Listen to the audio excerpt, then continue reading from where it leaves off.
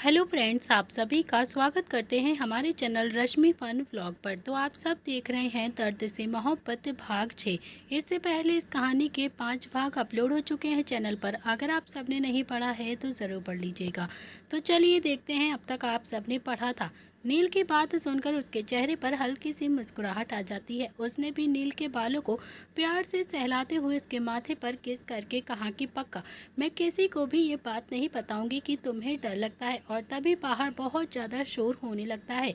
आग लग गई, आग लग गई, भागो भागो, आग लग गई है यहाँ पर। सभी लोग इधर से उधर भागने लगते हैं। इतना आप देख चुके थे, तो चलिए देखते हैं अब आगे इस कहानी में क्या होता है। संध्या ने भी जैसे ही ये शोर सुना कि आग लग गई है, उसने भी जल्दी से नील को कसकर अपने गले लगा लिया। और तभी उस कमरे में बैठी हुई नर्स वहाँ से जल्दी से भाग जाती है। संध्या ने देखा तो वहाँ पर और भी बच्चे थे और बहुत सारी औरतें भी थी। संध्या भी तेज कदमों के साथ दरवाजे के पास आती है तो आग पूरी तरह से फैल चुकी थी।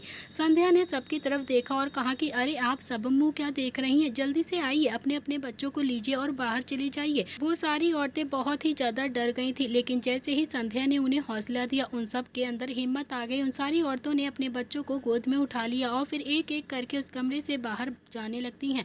तब तक संध्या ने भी नील को खुद से चिपकाया हुआ था। आखिर में संध्या जैसे ही उसे दरवाजे से निकलने को हुई, वैसे ही उसके ऊपर से एक जलती हुई बड़ी सी लकड़ी गिरने ही लगी थी कि तभी संध्या ने कसकर अपनी आंखें बंद कर ली थी और घूमकर नील को अपने नीचे कर लिया था, ताकि अगर लकड़ी गिरे तो संध्या के कमर पर गिरे, उसके ऊपर ना गिरे, क्योंकि नील अभी बहुत ही ज्यादा छोटा था। लेकिन थोड़ी ही देर के बाद उसने अपनी कमर पर कुछ भी महसूस नहीं किया। उसे ना तो कोई जलन हो रही थी और ना ही कोई दर्द हो रहा था। तभी उसके कानों में संजय की आवाज आती है कि संध्या, संध्या खड़ी हो जाओ, निकलो यहाँ से जल्दी निकलो, यहाँ पर आग लग गई है। संध्या ने भी आंख खोलकर देखा तो संजय ने उस लकड़ी को अपने हाथों से पकड़ा हुआ था। और ये सब कुछ देखकर तो संध्या की एकदम से चीख निकल जाती है। वो भी जल्दी से उठती है और नील को अपनी गोद में लेकर उस चौखट से बाहर आ जाती है और फिर उसने संजय की बाजू पकड़कर उसे भी अपनी तरफ खींच लिया। संजय के हाथ से वो जलती हुई लकड़ी वहीं पर गिर पड़ती है और संजय भी संध्या और नील दोनों को ही संभालता हुआ हॉस्पिटल से बाहर लेकर आ जाता है। संध्या ने संजय के हाथ की तरफ देखा और कहा कि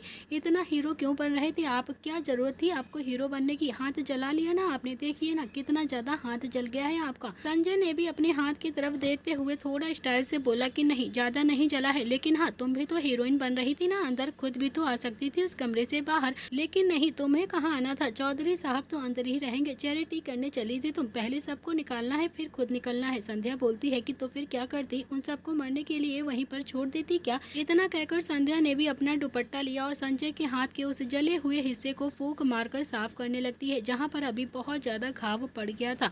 और तभी एक नर्स वहां पर आती है और बोलती है कि लाइए लाइए, मैं आपकी बैंडेज कर देती हूँ, आपका हाथ कुछ ज्यादा ही जल गया है।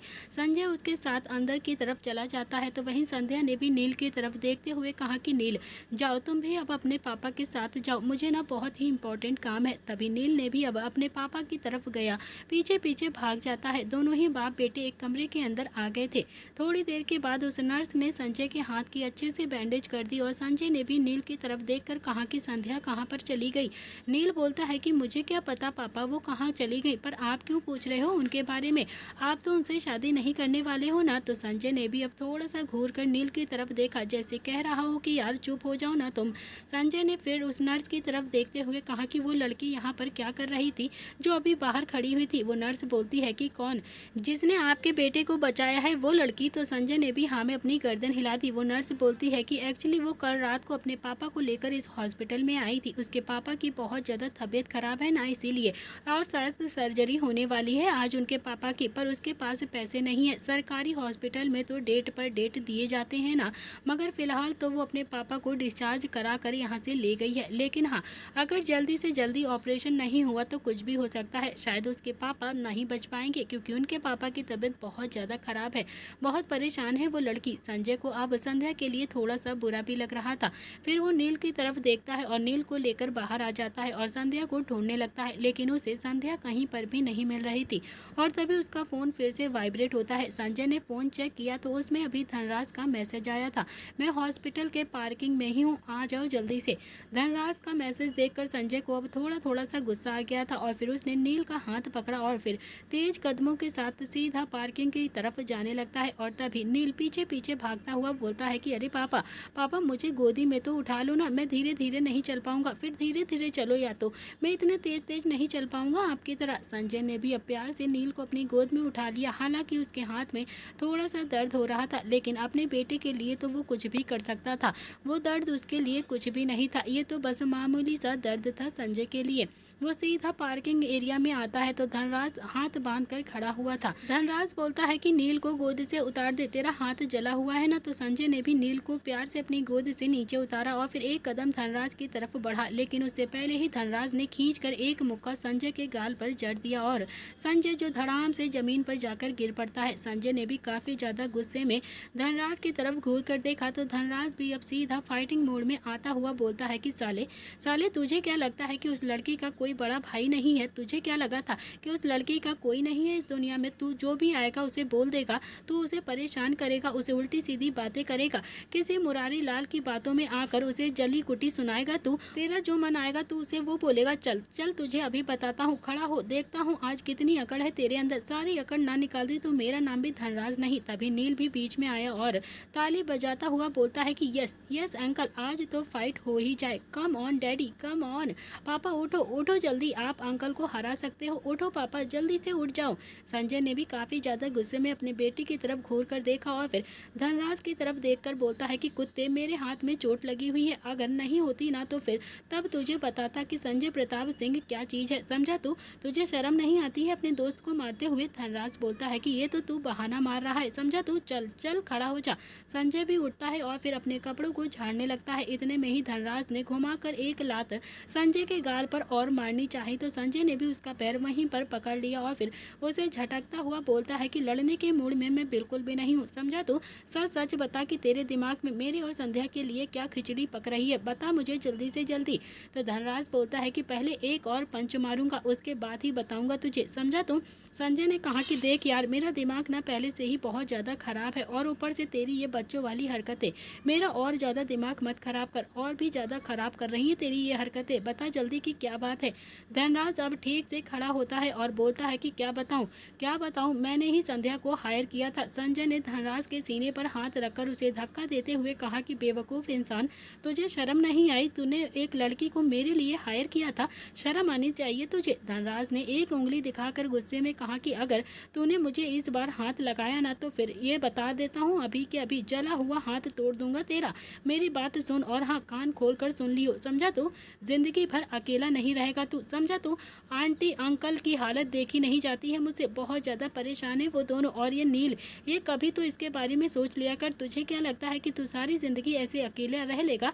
रह सकता है अकेला? बता मुझे। अरे कैसे समझाऊं मैं तुझे, कैसे समझाऊं बेवकूफ़ इंसान, तेरे अंदर बिल्कुल दिमाग ही नहीं है, तू ना बहुत बड़ा पागल है। तुझे कोई भी गलत लड़की ना मिल जाए, इसीलिए मैंने संध्या को तेरे पीछे लगाया था, उसे जॉब दी थी ताकि वो तेरा दिल जीत ले, तुझे उससे प्यार हो जाए, और उसने भी ऐसा ही किया, तू उसे पसंद करने लगा था। तुझे क्या लगता है कि वो खुशी खुशी शादी करने के लिए मान गई थी? नहीं यार नहीं, उसने भी बहुत ज़्यादा सपने देखे हैं अपनी शादी के।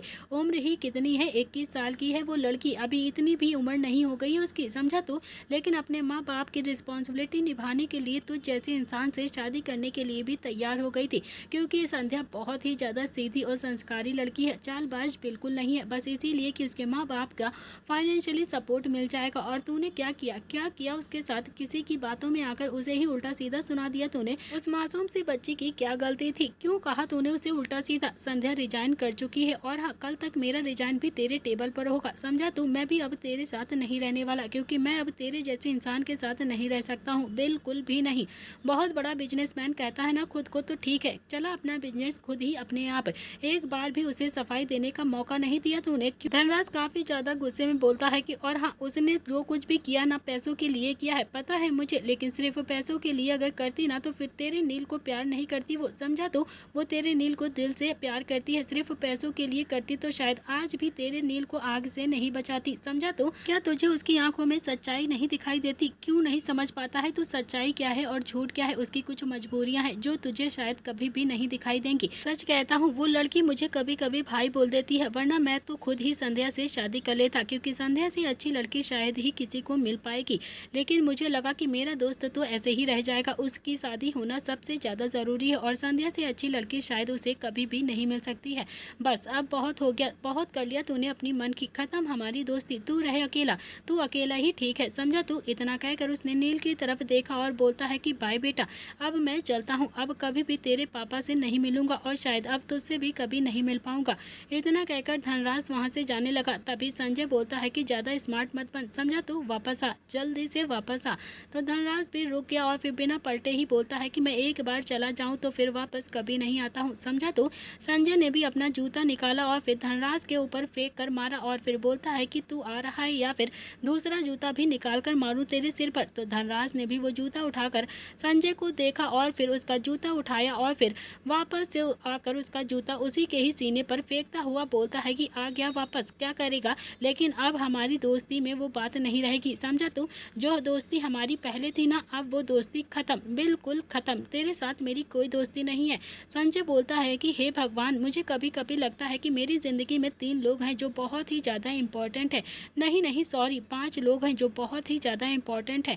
वो पाँचों लोग एक से बढ़कर एक पागल है, सब के सब पागल हैं जो मेरे सिर पर आकर तांडव करते हैं। धनराज भी बोलता है अकड़ के साथ, ये बता कि क्यों बुलाया है, डायलॉग मत मार मेरे सिर पर, समझा तू। संजय ने कहा कि अगर तुझे लगता है कि संध्या अच्छी लड़की है तो फिर चल चल उसके घर चलते हैं। धनराज ने भी अब शक भरी नजरों के साथ संजय की तरफ घूर कर देखा तो संजय बोलता है कि अरे हाँ भाई, सच कह रहा हूँ, मैं कर लूंगा संध्या से शादी, मुझे भी पता है कि वो बहुत ज़्यादा अच्छी लड़की है। धनराज के चेहरे पर तो बड़ी सी मुस्कुराहट आ गई थी और उसने नील की तरफ घूर कर देखा तो नील ने भी उसे हाई फाई किया और फिर धनराज बोलता है कि हाँ तो चलो ना, वैसे भी शादी को तो अब 4 से 5 दिन ही तो रह गए हैं। फिर वो तीनों ही गाड़ी में बैठते हैं और फिर सीधा धनराज जो आकर ड्राइव कर रहा था। तभी संजय ने धनराज की बाजू पर अपना हाथ मार कर कहा कि यार धनराज, गाड़ी तो रोक। तो धनराज ने कहा कि क्यों, क्या हुआ। तो संजय ने भी अब विंडो के बाहर इशारा करते हुए कहा कि ये संध्या है ना। धनराज ने भी अब खिड़की से झांक कर देखा तो वो संध्या ही थी जो शायद सड़क के किनारे पर खड़े होकर किसी आदमी से बातें कर रही थी। उसकी आंखें हल्की हल्की सी नम थी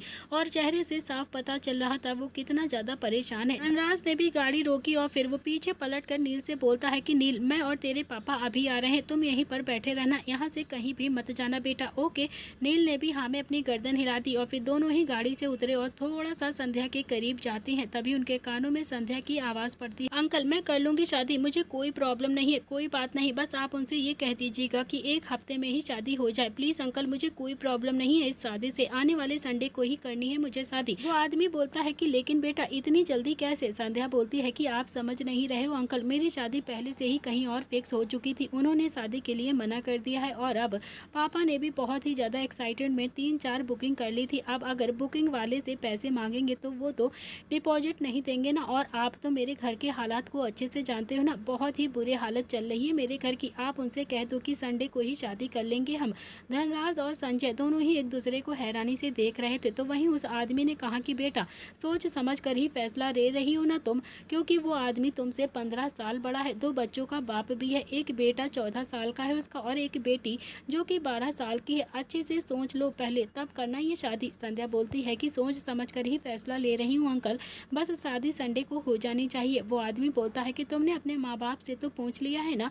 संध्या बहुत ही ज्यादा परेशान होते बोलती है कि मम्मी पापा की फिक्र आप बिल्कुल भी मत कीजिए, मैं उन्हें संभाल लूंगी, कुछ भी नहीं होगा, बस आप शादी को संडे को ही करवा दीजिएगा प्लीज अंकल। वो आदमी बोलता है कि देखो बेटा तुम मेरी बेटी जैसी हो, मैं तुम्हें अपनी बेटी जैसा ही मानता हूँ, अब भी सोच लो तुम, अभी भी टाइम है। संध्या बोलती है कि आप नहीं जानते हो, पापा का ऑपरेशन होना बहुत ज़्यादा ज़रूरी है अंकल, और मुझे पैसों की बहुत ज़्यादा ज़रूरत है, मैंने जॉब भी छोड़ दी है, जहाँ शादी फिक्स हुई थी ना उन्होंने भी अब इस रिश्ते के लिए मना कर दिया है। अब ऐसे में पापा को कुछ हो गया तो फिर मैं खुद को कभी भी माफ़ नहीं कर पाऊंगी, मेरे पापा का ऑपरेशन का सवाल है, मुझे पैसों की सख्त ज़रूरत है, प्लीज़ अंकल मैं कह रही हूँ ना, मैं निभा लूंगी उस रिश्ते को, जैसे भी निभाना होगा मैं सब कुछ हैंडल कर लूंगी। तभी पीछे से धनराज बोलता है कि ओ अंकल कोई रिश्ते की बात नहीं होगी, समझे तुम, संध्या की शादी संजय से ही होगी। और ये सुनकर तो संध्या ने भी पलट कर अब धनराज की तरफ देखा और फिर उसी के बराबर में खड़े हुए संजय की तरफ देखा। संध्या को बहुत ही ज़्यादा गुस्सा आ गया था, उसे भी वो रात एकदम से याद आ गई थी जब वो पार्किंग में अकेली बैठकर रो रही थी।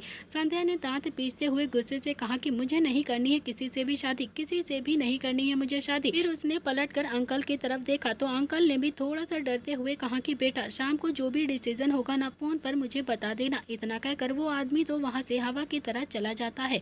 और उसके जाते ही संध्या ने काफ़ी ज़्यादा गुस्से में धनराज की तरफ घूर कर देखा और कहा कि मुझे नहीं करनी है शादी किसी से भी, मुझे मेरे हाल पर छोड़ दीजिए प्लीज़। फिर उसने संजय की तरफ देखकर गुस्से से कहा कि सही कहा था आपने, मैं पैसों के लिए ही शादी कर रही हूँ। बिल्कुल सही कहा था, मैं पैसों के लिए ही शादी कर रही हूँ, तो फिर पैसों के लिए तो मैं किसी से भी शादी कर सकती हूँ ना।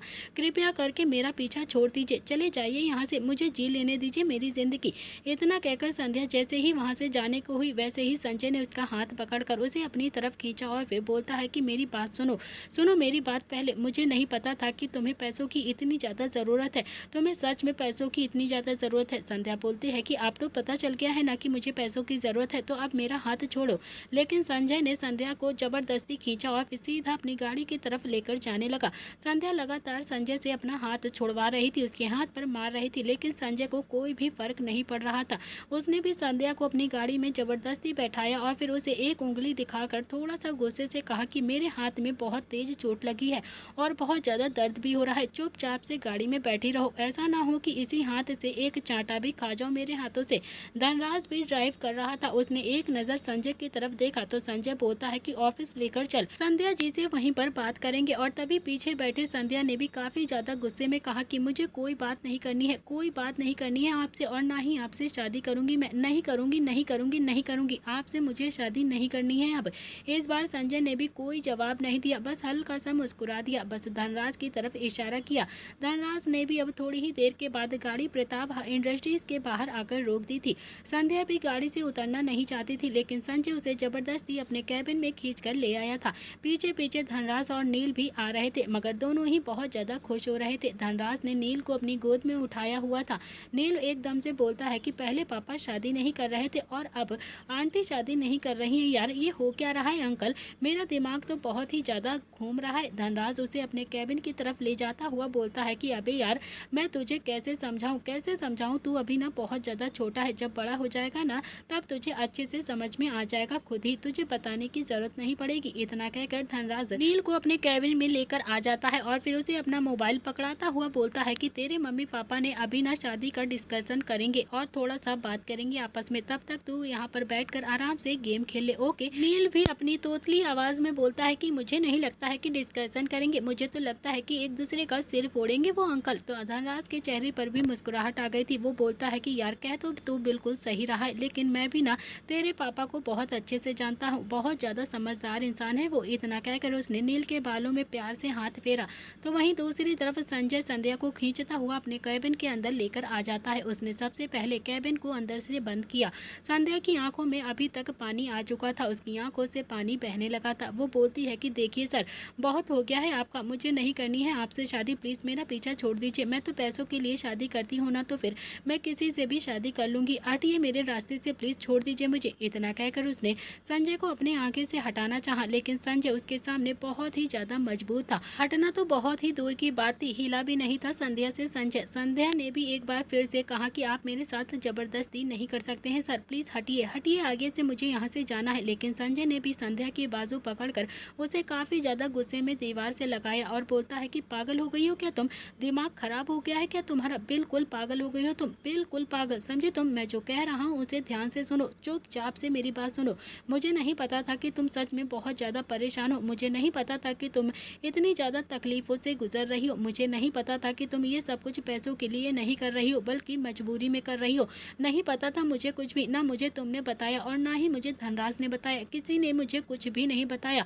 मुझे कोई बाहर वाला आकर ये सब कुछ बता रहा था, तो फिर मैं अपने गुस्से को कंट्रोल नहीं कर पाया, मुझे भी बहुत ज़्यादा गुस्सा आ गया। अब मैं माफ़ी मांगने के अलावा कुछ भी नहीं कर सकता हूँ, प्लीज़ संध्या मुझे माफ़ कर दो। संध्या, लेकिन मैं शादी करूँगा तो सिर्फ और सिर्फ तुमसे करूँगा, नहीं तो कभी भी किसी से भी शादी नहीं करूँगा। इतना कहकर उसने संध्या की आंखों में देखा। संध्या की आंखों में अभी भी पानी था, वो अभी भी सुबक सुबक कर रो रही थी। वो थोड़ा सा सुबकते हुए बोलती है कि हटिए हटिए, मुझे आपकी कोई भी बात नहीं सुननी है, मुझे नहीं करनी है आपके साथ शादी। लेकिन संजय ने भी अब संध्या को कमर से पकड़कर उसे अपने सीने से लगा लिया और फिर अपनी पकड़ कसते हुए बहुत ही प्यार से बोलता है कि I am sorry, I am really very very sorry, please Sandhya मुझे माफ़ कर दो, मुझे सच में कुछ नहीं पता था। अब क्या जान लोगी क्या मेरी। संध्या ने भी संजय के सीने पर एक पंच मारा और बोलती है कि मैं आपकी जान लूंगी, मैं लूंगी आपकी जान, बल्कि आपने तो 2 दिन से मेरी जान ले रखी है, समझे आप। संजय ने भी बहुत ही प्यार से संध्या के बालों को चूमकर कहा कि संध्या प्लीज़ कर लो ना मुझसे शादी। वैसे भी नील को तुम्हारी आदत लग गई है, वो तुम्हें अपनी माँ मानने लगा है। प्लीज़ मुझसे शादी कर लो और तुमसे अच्छी लड़की शायद ही मुझे कहीं पर मिलेगी जो मुझसे प्यार की डिमांड भी नहीं करेगी। ये सुनकर तो संध्या के हाथ पैर एकदम से ठंडे पड़ गए थे। प्यार की डिमांड नहीं करेगी? क्यों नहीं करेगी डिमांड? क्या वो अपनी शादीशुदा जिंदगी आम इंसानों की तरह नहीं जीना चाहती है? क्या उसे पति का प्यार नहीं चाहिए?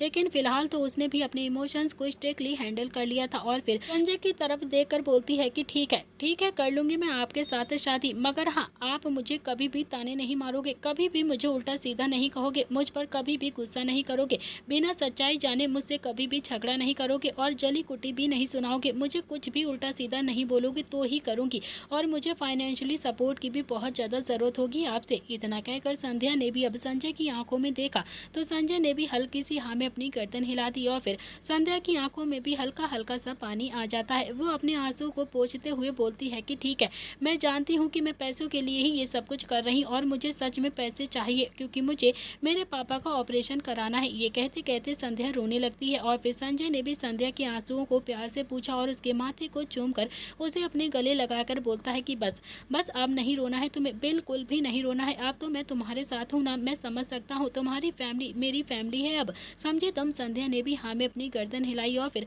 फाइनली एक हफ्ते के बाद संजय और संध्या दोनों की ही शादी हो रही थी। दोनों ही मंडप पे बैठे हुए थे, दोनों he made for each other लग रहे थे। संध्या के चेहरे पर खुशी तो नहीं थी मगर नील बहुत ही ज्यादा खुश हो रहा था। फाइनली उसकी पसंद की मम्मा उसे मिल गई थी। चंद्रकला और दिग्विजय सिंह जी भी बहुत ज्यादा खुश थे, लेकिन कहीं ना कहीं उनकी आंखें भी हल्की हल्की सी नम हो चुकी थी। उन्होंने कभी भी ये नहीं सोचा था कि उनके बेटे की दूसरी शादी होगी, मगर अब फाइनली संजय की दूसरी शादी हो रही थी। अनीता की मृत्यु के बाद संजय को संभालना बहुत ही ज्यादा मुश्किल हो गया था, लेकिन फिर भी जैसे तैसे दिग्विजय सिंह जी और चंद्रकला दोनों ने ही अपने बेटे और पोते को संभाल लिया था। बड़ी मुश्किल से संजय ने इस शादी के लिए हाँ किया था और फाइनली अब उसकी जिंदगी में भी संध्या जैसी लड़की आ गई थी। अब इन दोनों ही बाप बेटों को संभालने की जिम्मेदारी संध्या के कंधों पर आ चुकी थी। चंद्रकला ने भी जितना संध्या को समझा था वो ये बात अच्छे से जान चुकी थी कि शायद संध्या से अच्छी लड़की संजय को कभी भी नहीं मिल सकती थी। संध्या सच में बहुत ही ज्यादा संस्कारी और समझदार लड़की थी। आखिरकार दोनों की शादी संपन्न हो जाती है और संजय भी इज्जत के साथ संध्या को अपने घर लेकर आ जाता है।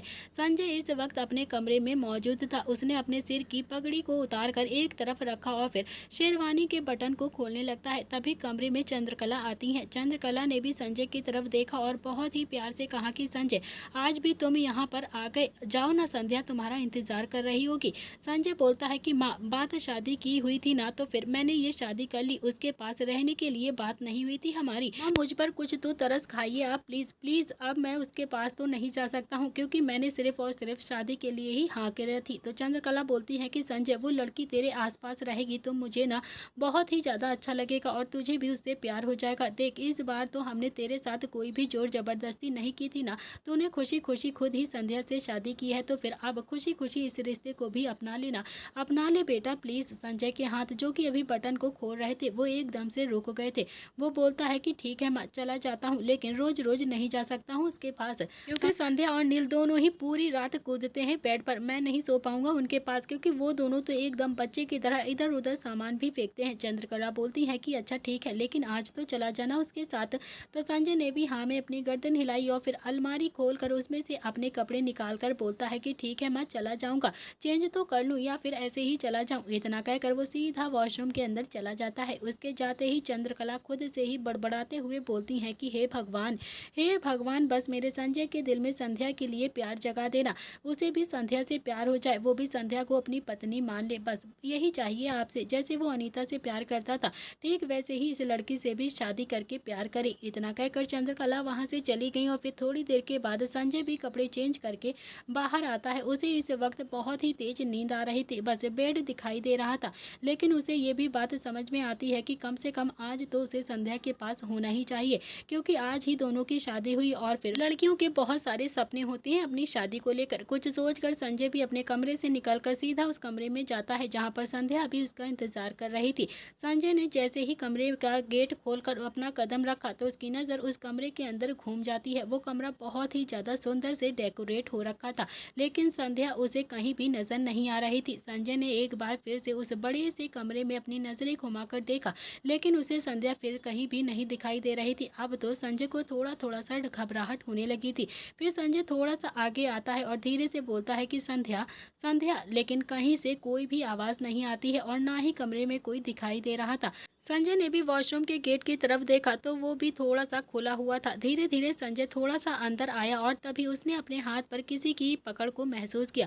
वो कुछ समझ पाता उससे पहले ही संध्या ने उसे जोर से अपनी तरफ खींचा और फिर संजय जो सीधा संध्या के पास जाकर बेड पर बैठ जाता है। संध्या ने अगले ही पल संजय की तरफ देखा, उसका सर नीचे किया और फिर वो दोनों ही बेड के एक कोने पे आकर बैठे हुए थे। संजय ने हल्का सा अपना सिर उठाकर देखा तो संध्या भी अभी चेंज कर चुकी थी। संजय बोलता है कि ये क्या कर रही हो तुम? कमरे में कोई है क्या? मुझे तो डर लग रहा है। संध्या, क्या हो गया है यहाँ पर? तुम्हें क्या हो गया है? ये ऐसे क्यों बिहेव कर रही हो? संध्या ने भी चुपचाप उसे आंखें दिखाई और फिर चुप रहने का इशारा किया। संजय को तो कुछ भी समझ में नहीं आ रहा था कि आखिर उसके साथ हो क्या है। फिर तभी धीरे से संध्या बोलती है कि मैं नील के साथ खेल खेल रही हूँ, दुबकम दुबकाई। तो संजय ने भी अपनी जिंदगी में ये पहली बार ही शब्द सुना था कि दुबकम दुबकाई भी कुछ होता है। उसने भी धीरे से कहा कि ये क्या होता है? संध्या भी धीरे से बोलती है कि अरे लुका छुपी और क्या, नील अभी थोड़ी देर में ही मुझे ढूंढने के लिए यहाँ पर आएगा और एक आप हो जो इस कमरे में आकर हमारा खेल खराब कर रहे हो। ये बहुत ही गलत बात है। आपने ना हमारे खेल को खराब कर दिया है। हम लोग लुका छुपी खेल रहे हैं ना, नील मुझे पकड़ लेगा आपकी इस हरकतों की वजह से। संजय काफी ज्यादा हैरानी से संध्या की तरफ देख रहा था। उसे कहीं ना कहीं इस बात का बहुत ही ज्यादा बुरा लगता था कि अगर उसने संध्या को नहीं अपनाया तो शायद संध्या के साथ वो बहुत ही ज्यादा गलत कर देगा, उसकी जिंदगी को खराब कर देगा। लेकिन संध्या को ये रूप देखकर तो संजय को संध्या पर नहीं खुद पर तरस आता था। उसे ऐसा लगता था कि शायद वो अपने आप में ही गलत कर रहा है अपने साथ ऐसे करके।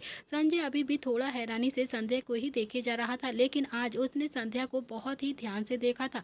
संध्या तो सच में बहुत ही ज्यादा खूबसूरत थी। दुल्हन के रूप में वो और भी ज्यादा खूबसूरत लग रही थी। कितनी सुंदर नैन नक्श थे संध्या के। उसकी मासूमियत उसके चेहरे पर अलग ही नजर आती थी। सच में वो बहुत ही ज्यादा खूबसूरत थी। गाल भी हल्के से फूले फूले से थे, रंग तो एकदम से गोरा चिट्टा था। अनीता से 21 थी संध्या। आज संजय यही बात नोटिस कर रहा था। वो बस संध्या को ही देखे जा रहा था, उसकी आंखों में खो गया था। आज संजय संध्या के काफी ज्यादा करीब था, इसीलिए उसकी दिल की धड़कनें भी एकदम से बढ़ रही थी। आज तो उसे ऐसा लग रहा था कि जैसे वो संध्या से दूर ही नहीं रह सकता है, वो संध्या से बिना प्यार करे रह ही नहीं पाएगा। संध्या सच में उसकी अनीता जैसे ही थी। कुछ सोच कर ना जाने क्यों संजय का हाथ अपने आप ही संध्या के गाल को छू गया।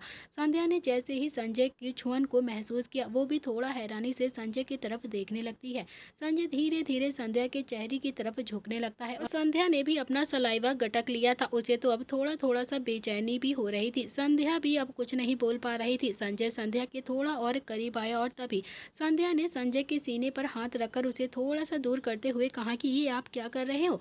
तो संजय ने भी थोड़ा हैरानी से संध्या को देखा और फिर अगले ही पल अपने होश में आया और फिर माफी मांगता हुआ बोलता है कि I am sorry, I am really sorry, मुझे माफ कर दो, मैं ना अपने होश खो चुका था। संजय अभी खुद पर थोड़ा सा गुस्सा कर रहा था, अपने गुस्से को अंदर ही अंदर कंट्रोल कर रहा था। उसने सोचा था कि वो संध्या के करीब कभी भी नहीं जाएगा, लेकिन आज तो उसके साथ सब कुछ उल्टा हो रहा था। उसने जो सोचा था वो उसके साथ हो ही नहीं रहा था। वो तो संध्या की खूबसूरती के आगे खुद मजबूर हो गया था। संजय अभी जल्दी से खड़ा हो जाता है और तभी नील ने भी आकर संजय का हाथ लगाकर कहा कि मैंने को पकड़ लिया है पापा, पर आप तो इस गेम में शामिल ही नहीं थे। आप कैसे आ गए इस गेम में? ये तो हम और मम्मा खेल रहे थे ना। नील को वहां पर देखकर संध्या भी जल्दी से उठ गई और फिर अपनी घबराहट को कंट्रोल करते हुए बोलती है कि नील, नील, तुम्हारे पापा ने आकर सारा गेम खराब कर दिया। हम दोनों का गेम पूरी तरह से खराब कर दिया है तुम्हारे पापा ने। तुमने तो मुझे ढूंढ ही लिया। मैं तो बहुत अच्छे से छुपी थी, मगर देखो ना, तुम्हारे पापा की वजह से तुमने मुझे ढूंढ लिया। अब दोबारा से जाओ और फिर से मुझे पकड़ना। तो नील बोलता है कि नहीं नहीं, अब मैं नहीं जाऊंगा मम्मा, अब आप जाओगी, क्योंकि अब आपकी बारी है। अब आप नील को ढूंढोगी। संध्या थोड़ा सा मुंह बनाकर बोलती है कि नहीं, मैं नहीं जाऊंगी। मैं क्यों जाऊंगी? तुम्हारे पापा की वजह से मैं पकड़ी गई हूँ ना, तुमने मुझे नहीं पकड़ा है, तो फिर अब तुम्हारे पापा ही जाएंगे हम दोनों को ढूंढने के लिए। तो संजय ने भी हैरानी से एक बार नील की तरफ देखा और एक बार संध्या की तरफ देखा। फिर थोड़ा सा इरिटेट होता हुआ मन ही मन बोलता है कि यार मैं एक बच्चे से पहले से ही परेशान था, अब तो मैं दो बच्चों से परेशान रहूंगा। दो बच्चे मेरे सिर पर तांडव करेंगे क्या? इतना कहकर उसने बेड की तरफ एक कदम आगे बढ़ाया और बोलता है कि नहीं, मैं कहीं नहीं जाने वाला। मुझे बहुत तेज नींद आ रही रही है, जाओ जाकर तुम दोनों बाहर खेलो। ये सुनकर तो संध्या बोलती है कि अरे सर, ये आप कैसी बातें कर रहे हो, हम क्यों बाहर जाएंगे, ये तो हमारा कमरा है ना, आपका अपना कमरा भी तो है ना, आप वहाँ पर जाकर सो जाइए। संजय को अब बहुत ही ज़्यादा गुस्सा आ रहा था। एक तो पहले ही संध्या की खूबसूरती उसे बहुत ज़्यादा इफेक्ट कर रही थी और फिर ऊपर से संध्या के करीब जाने की कोशिश भी वो कर रहा था, लेकिन संध्या ने तो उसे सरासर नकार दिया था। और यही सब कुछ सोच कर संजय बहुत ज़्यादा परेशान भी हो रहा था और बहुत ज़्यादा इरिटेट भी हो रहा था। अब तो उसे गुस्सा भी बहुत तेज आने लगा था। संजय भी अब लेटकर खुद में ही बड़बड़ाने लगता है, नील पहले ही पागल था, एक नंबर का पागल, और अब एक पागल लड़की और ले आया हूँ मैं,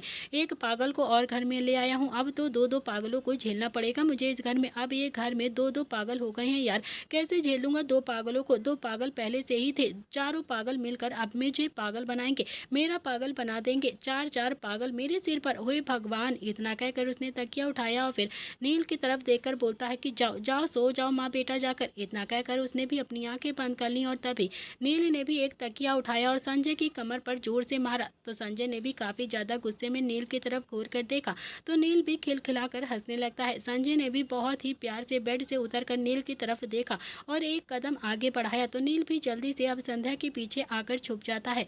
संध्या भी हंसते हुए बोलती है कि ये क्या कर रहे हो आप सर, आज की रात कौन सोता है, कोई नहीं सोता है आज की रात। ये सुनकर तो संजय ने हैरानी से संध्या की तरफ देखा और फिर वो भी थोड़ा सा गुस्से में बोलता है कि तो आज की रात क्या करते हैं, जरा तुम मुझे बताना। तो संध्या एकदम से बोलती है कि मैंने सुना है कि अपने दोस्त से आज की रात कोई भी नहीं सोता है, हम तीनों भी मस्ती करेंगे ना, क्यों नील, बहुत ज़्यादा मज़ा आएगा, सही कह रही हूँ ना मैं। तो नील ने भी हाँ में अपनी मुंडी हिला दी और फिर बस फिर क्या था, एक तकिया नील ने उठाया और एक तकिया संध्या ने उठाया और दोनों ही एक दूसरे को मारने लगते हैं। और इसी बीच में संजय के चेहरे पर भी हल्की हल्की सी मुस्कुराहट आ गई थी।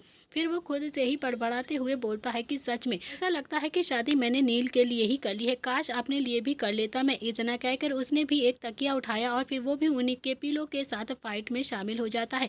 वो तीनों ही अब एक दूसरे के साथ पिलो पिलो खेल रहे थे, तीनों ही बहुत ज़्यादा हंस रहे थे और तीनों ही पिलो एक दूसरे को मार रहे थे। 1 घंटा ऐसे ही खेलने के बाद संजय ने कमरे में अपनी नज़रें घुमाई तो पूरे कमरे की डेकोरेशन खराब हो चुकी थी।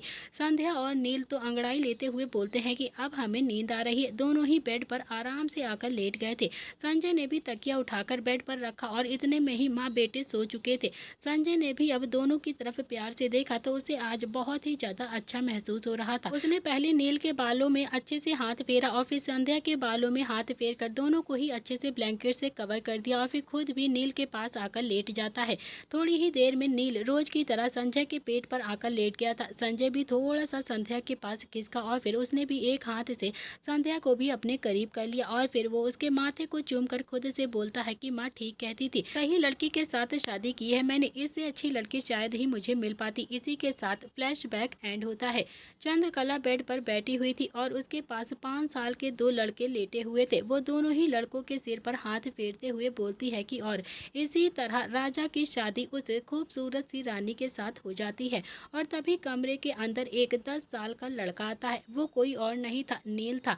नील अपने कुर्ते की बाजू को फोल्ड करता हुआ बोलता है कि दादी ये भी बता दो ना कि वो राजा और रानी अलग कैसे हुए थे। यह सुनकर तो बेड पर लेटे हुए दोनों ही बच्चे जल्दी से उठकर बैठ जाते हैं और हैरानी से नील की तरफ देखकर एक साथ बोलते हैं कि भैया भैया क्या राजा रानी अलग भी हो गए थे क्या। तो नील ने भी हाँ में अपनी गर्दन हिलाई। तो दोस्तों इसी के साथ इस कहानी का आज का एपिसोड यहाँ पर समाप्त होता है।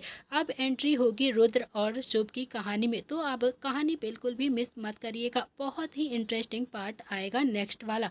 अब सच्चाई पता चलेगी कि कैसे संध्या और संजय अलग हो गए थे और रुद्र और शुभ दोनों ही अकेले रह गए थे। अब बहुत ही ज़्यादा मज़ेदार कहानी होगी। प्लीज़ कहानी को लाइक शेयर सब्सक्राइब ज़रूर करिएगा। Thank you friends.